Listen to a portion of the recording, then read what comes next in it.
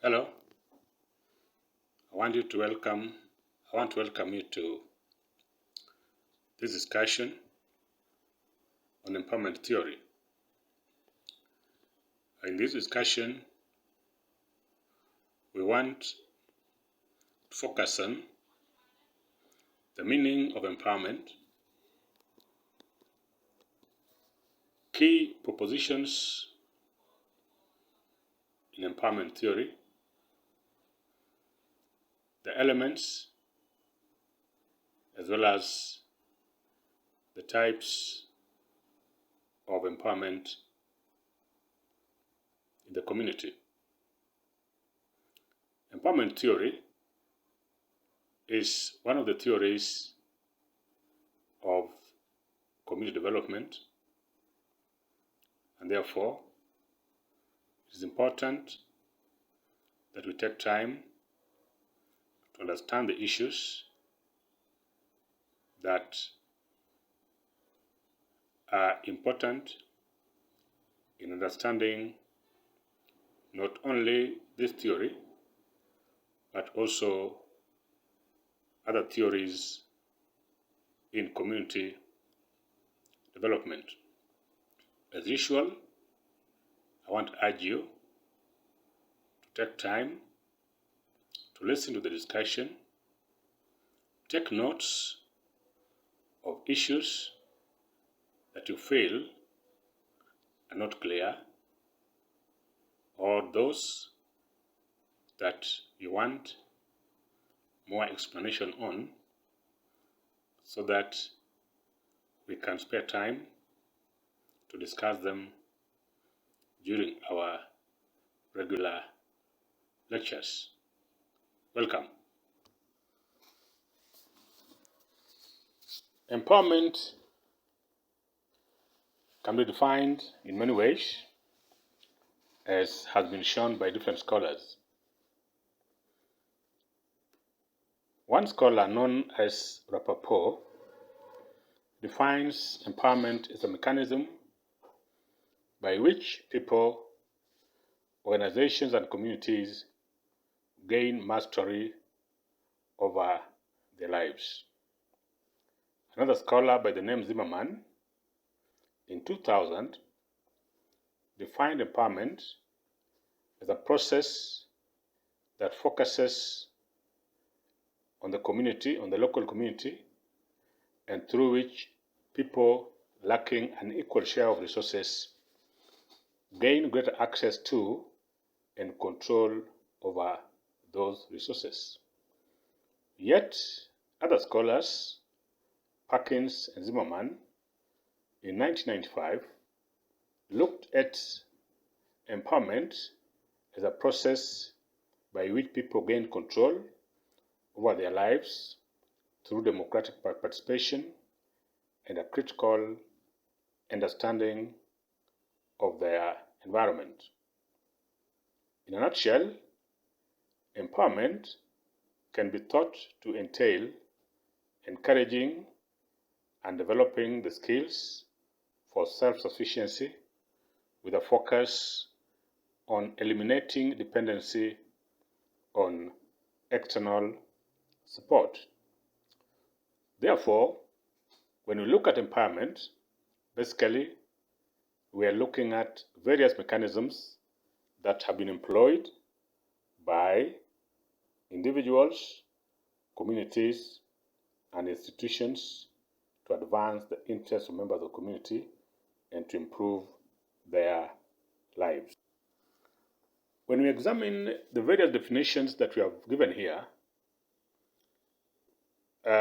certain items are found to be common, which then should help us in defining what empowerment is. One of the items that come to mind here is process. The second one is communities. The third one is active participation. The other one is access. And the last one is control. By process, what it means is that empowerment is not a one event. It is something that takes time, that takes place over time. That's why it is considered as a process. It takes time for it to be realized. Community means that empowerment targets members of the community, either as individual members, as a group, or as organizations that have been formed by those communities. Of course, empowerment also entails active participation. In other words, we cannot talk about empowerment without involving members of the public or members of the community to actively participate on matters affecting their lives. And therefore, participation is a core element when we're understanding what empowerment is. Of course, the other one is access. In other words, what we mean here is that an empowered community must be one that has access to the various resources, to the various opportunities, and to the various avenues that are available that can advance their lives. Then the last one is control. We cannot talk about empowerment without emphasizing the need that communities must be in charge of their own affairs. We have looked at what empowerment is. We now want to turn our attention to what this theory is, that is, empowerment theory. Empowerment theory is a theory that focuses on how individuals, groups, and communities gain personal, interpersonal, and political power to improve their lives. The other understanding of empowerment theory is that the theory asserts that empowerment of members of the community is meant to promote changes that address the needs and issues identified by the community. In other words, when we talk about empowerment, we are basically focusing on what can be changed in the community so that to address the needs of the community and to make their lives better. The theory also recognizes that many people and communities are in a state of helplessness as a result of oppression. In other words, the aim of this theory is to ensure that the state of helplessness and oppression in the community is significantly reduced, if not eliminated, so that communities can feel powerful, can feel able, and can feel that they are actually in charge of their lives and destiny. Therefore, when we talk about empowerment theory, we are simply looking at a theory that targets individuals, groups, and members of communities and how they gain personal, interpersonal, and political power to improve their lives. Basically here, empowerment is about how the lives of individuals in the community, members of the community as a group, or a society as a whole can be improved through personal, interpersonal, and political power. One important question that we also seek to understand or to answer in this discussion is the origin of empowerment as a concept, as an approach, and as a principle in development and in governance of community affairs or in governance of public affairs. The concept of empowerment is attributed to Julian Rappaport, an American psychologist in early 1980s. Other scholars whose works have also been found useful or considered as part of the building blocks that have been used in building this theory are scholars such as Zimmerman and Perkins. However, these scholars also relied or heavily borrowed the ideas of empowerment from earlier scholars, notably the founding sociologists such as the Marxist sociological theory.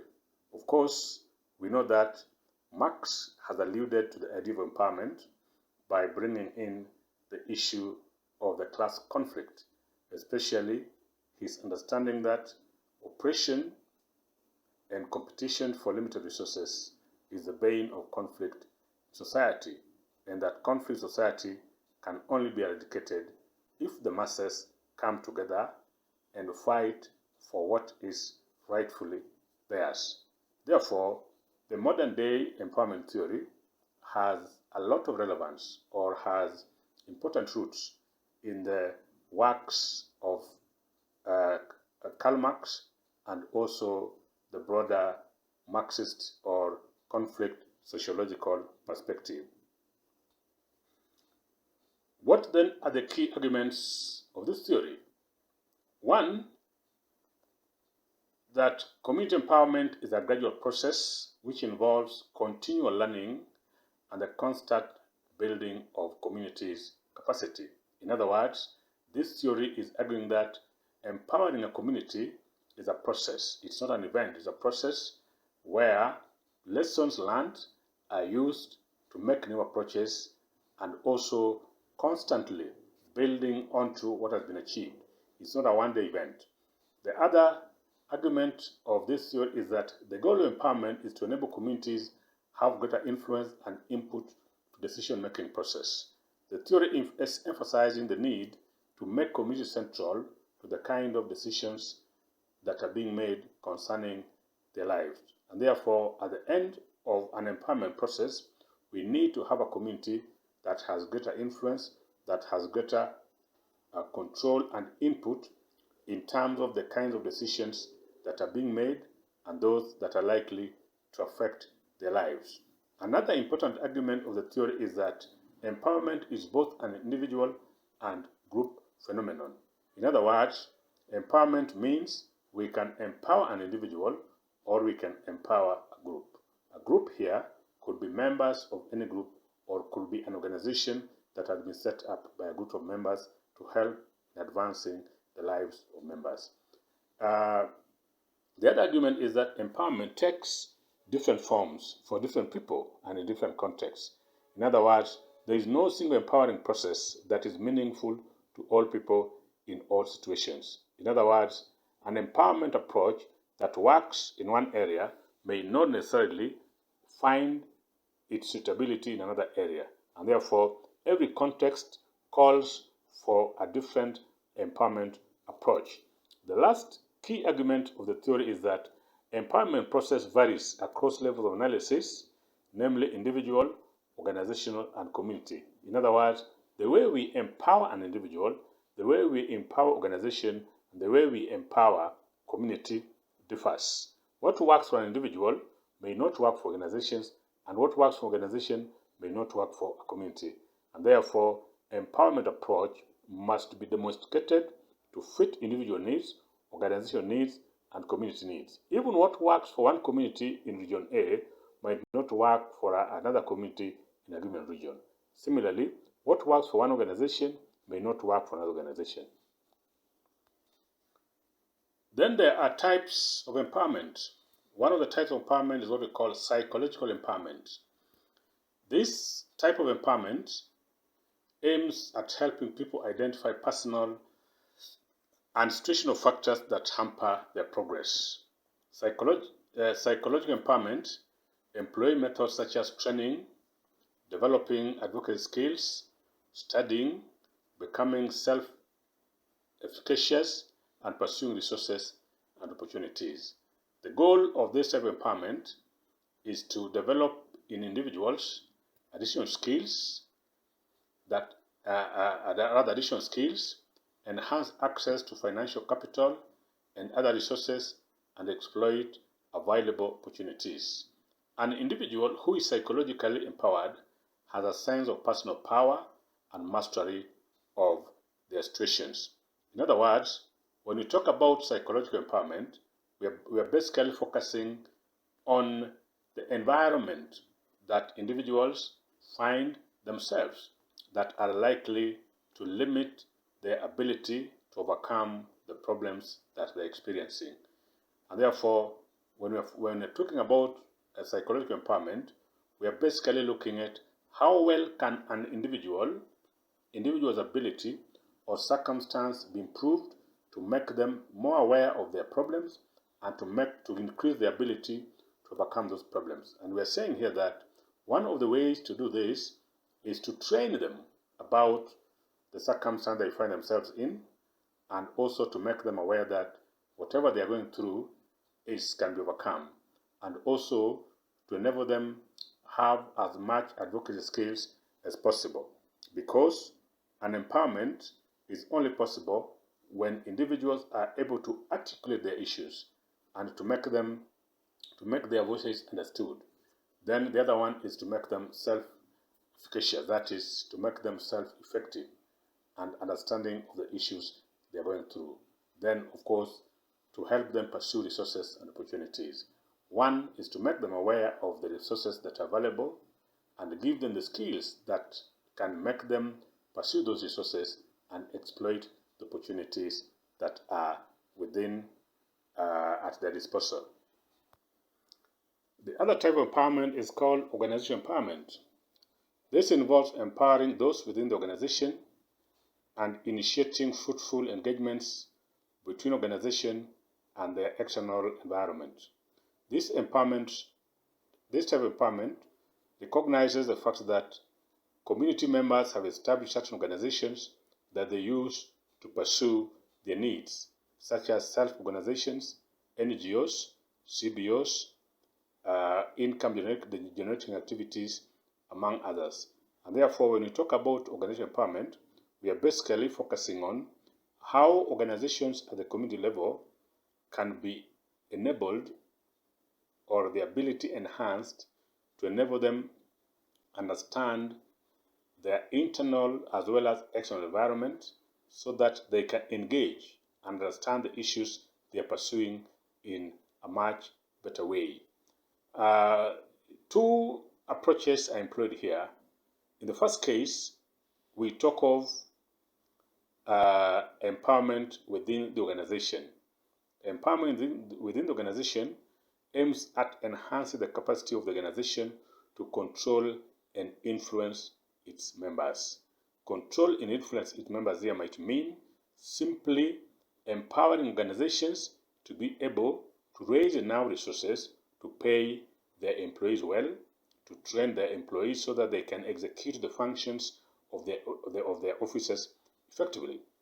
This is achieved by identifying core organizational characteristics such as group-based belief system, core activities, relational environment, leadership, and opportunities. In other words, empowerment here is concerned about how are organizations led? How can leaders in these organizations be improved? How can opportunities that are at the disposal of these organizations be exploited? What are the belief systems among group members? Do they believe that they are able to overcome certain problems, or do they believe that they are limited in such a significant manner that it's not possible for them to overcome the problems they are going through? Again, you also look at the core activities. What are the core activities in the organization? How are they achieving them? Are there certain constraints they're facing? What is it that can be done to enhance the ability to excel in pursuing those particular activities? What about relational environment? That is, how does the organization relate with, what is the relationship between members, between leadership and other members of the organization, among leadership themselves? Is it cohesive? Is it conflictual? What is it that can be done to make the environment conducive for members so that they're able to maximally utilize the knowledge and talent they have for maximum production so that organization can achieve its goals? The second form of empowerment relates to ways in which the organization aims and uses enough resources to support its people and activities. This one looks at how can organizations be empowered so that it can have adequate resources, so that members of that organization or beneficiaries of that organization can reap maximally from the kind of support they are being given. So these are two important approaches that are looked at when we're dealing with organizational empowerment. Basically, organizational empowerment aims at looking at how weaknesses in community-based organizations can be addressed to make them more effective. The other type of empowerment is called community empowerment. Community empowerment means a community has the ability to control its internal and external environment. The indicators of an empowered community are collective reflection, social participation, and political discussions. When we talk about collective reflections, it means that members jointly examine the issues affecting them. There is an understanding that if community pursue issues that affect them collectively, there's greater chances of success because collective action in itself is power that can be exploited by members of the community to push through their agenda. Then social participation and political discussions basically are ways in which communities can take the actions needed to empower themselves. In other words, community members must participate in both social activities as well as political activities. Participation here might mean attending meetings organized by government officials, by donor agencies, and giving out their opinion in terms of what they think needs to be done and approaches that they feel, if employed, can better solve their problems. Political discussions here might also mean members of the community taking part in the discussions about the political leadership. For instance, taking part to vote, giving their views about the suitability or otherwise of individuals seeking political office. Community empowerment generally is achieved by increasing communities' influence over the structures and policies and building partnership. It must be recognized that at all times, there are certain policies within the community that are not working well. Either the problems communities that communities are facing currently are much more complex that the existing policies might not address, or there are emerging issues that the existing policies are inadequate, and therefore you need those policies to come on board. But it's also about having influence over the structures. There are structures in communities that can bring progress, then there are those that can also hinder progress. What kind of ability does a community have for them to have influence over these structures? For instance, structures in the community that promote female genital mutilation, that promote child marriages, that promote wife inheritance, and those that promote favoritism when it comes to males as opposed to female members of society. These are structures of the community that are against progress, especially of women, and therefore ability of the community to influence changes in those structures and to make them now more responsive to modern realities, that becomes an important goal that community empowerment seeks to achieve. The last type of empowerment is called societal empowerment. And societal empowerment is concerned with the extent to which a society embraces fairness and equity in the distribution of resources and opportunities. Societal empowerment is achieved by enhancing a society's capacity to influence and work with other societies, and also so as to effectively manage own resources. Enhance society's capacity to influence decisions is achieved through enactment of policies and practices that support fair and equitable distribution of resources, power, and access to opportunities. It also focuses, rather broadly, societal empowerment also focuses on how marginalized groups in the community can be supported so as to attain a fair share of societal resources. Basically, when you talk about societal empowerment, we are looking at empowerment that's addressing broader issues that affect the entire society. Policies, structures, beliefs, and practices that in a way or the other influences the way society operates. Therefore, by addressing these structures, these beliefs, and societal-wide issues, it is believed that the entire society will benefit. But even as we do so, we are also cognizant of the fact that there are some members of the community that historically have been marginalized: children, women, persons with disability, and even minority groups. In a sense, therefore, there is need, even as we address the entire society, but we also need to pay particular attention to the marginalized groups, so that even as we bring changes that benefit the entire society, we ensure that they are also included, so that we don't bring benefit to the entire society that extends or widens the marginalization or those that make them even more poorer and more excluded in mainstream decision making.